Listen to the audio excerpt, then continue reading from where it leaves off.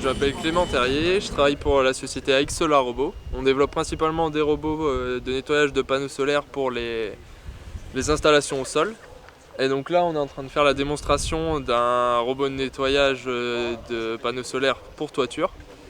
Donc c'est le Solar Robot. Donc le robot il est composé de plusieurs parties, donc on a son chariot de transport avec ses chenilles, donc tout est supporté par le chariot de transport. Les bras sont séparés, on a tout le système de commande qui est ici. Tout ça s'assemble facilement.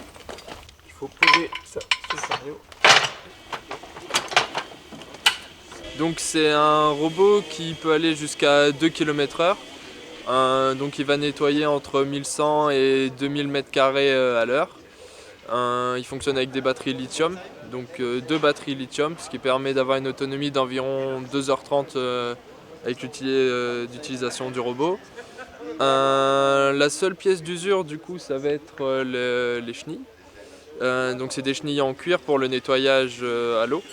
Je mouille les bandes avant, il faut toujours les mouiller avant l'utilisation, ça permet simplement d'assurer l'adhérence, c'est des bandes en cuir.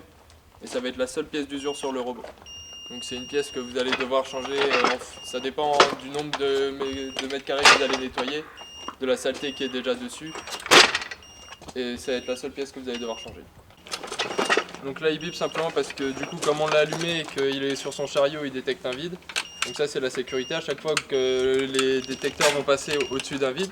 Donc les détecteurs vous les avez ici, à chaque coin. Donc ils sont derrière la brosse, ça permet d'aller jusqu'au bout de l'allée de vos panneaux solaires. Et sans que l'arrêt se fasse avant. Après vous pouvez toujours forcer le passage si vous êtes au-dessus d'un vide. Par exemple si vous avez un petit gap de 30 ou 40 cm entre vos panneaux, vous pouvez le passer, mais là ça va être à vous de forcer le robot à passer au-dessus du vide.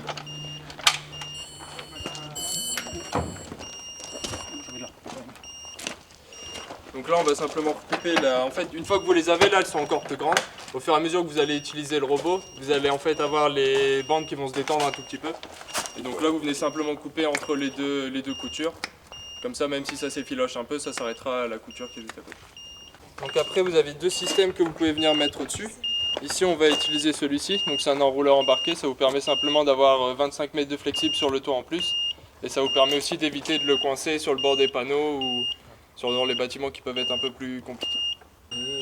La rentabilité que vous allez pouvoir avoir avec le nettoyage par rapport à avant, en règle générale c'est entre 5 et 15%. Après par exemple, encore hier on a fait des démonstrations chez des clients qui utilisaient déjà un autre système de nettoyage.